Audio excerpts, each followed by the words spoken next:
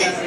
তো যেহেতু এই এরিয়াটার মানুষ দিনদার এবং এই ধর্মটার লোক বেশি, আমরা তো আশা করি 40টার উপরে মাদ্রাসা আছে যারা ইউনিভার্সিটি লেভেলে। পক্ষান্তরে এখানে তিনি প্রতিষ্ঠান আছে। তার পরবর্তী সময়ে আমাদের সংগঠন বাংলাদেশ রিক্সা প্রতীকে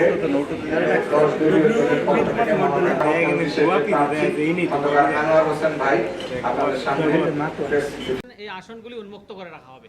নির্দিষ্ট কোনো ব্যক্তিকে এখানে শুধু দলীয় সিদ্ধান্ত না, 10 দল বসেই এই সিদ্ধান্ত নিছে এই আসন উন্মুক্ত।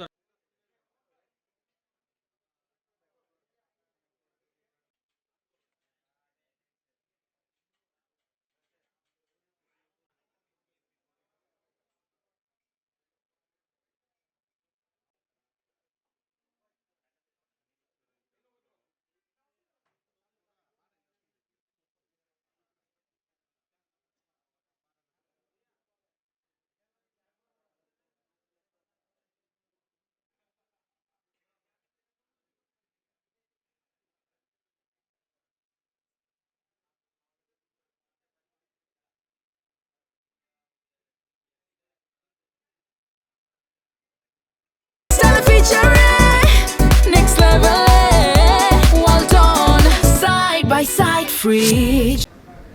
আমি ক্যান্ডিডেট ছিলাম।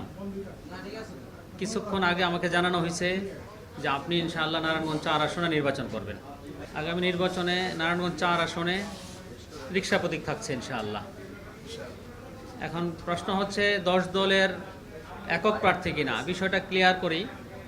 আচ্ছা, বাংলাদেশ খেলাফত মজলিস বাংলাদেশের 29টা আসনে তারা নির্বাচন করবে। এর মধ্যে 23টা আসনে একক ওয়ান বক্স পলিসিতে নির্বাচন করবে।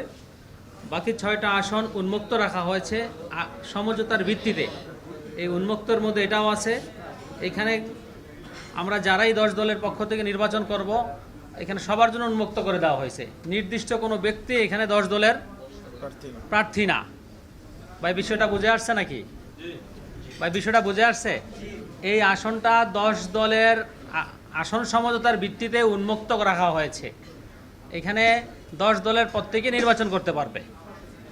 সেই হিসাবে ইনশাআল্লাহ বাংলাদেশ খেলাফত মজলিস মনোনীত আমি খন্দকার আনোয়ার হোসেন ইনশাআল্লাহ রিক্সা প্রতীকে নির্বাচন করব।